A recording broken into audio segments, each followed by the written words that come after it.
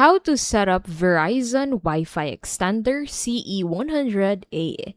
So if you want to set up your Verizon Wi-Fi extender, first thing you need to do is to plug the Wi-Fi extender into a power outlet next to the Verizon Internet Gateway and wait for a solid white light.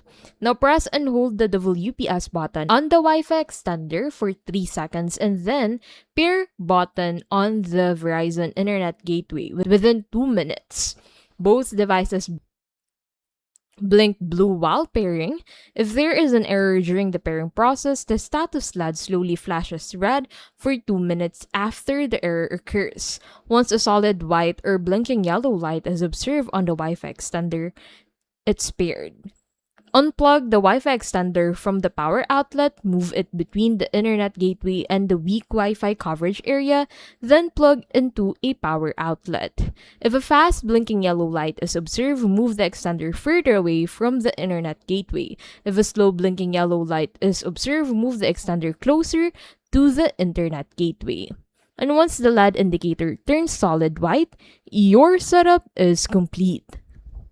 And that is how to set up Verizon Wi-Fi Extender CE1000A.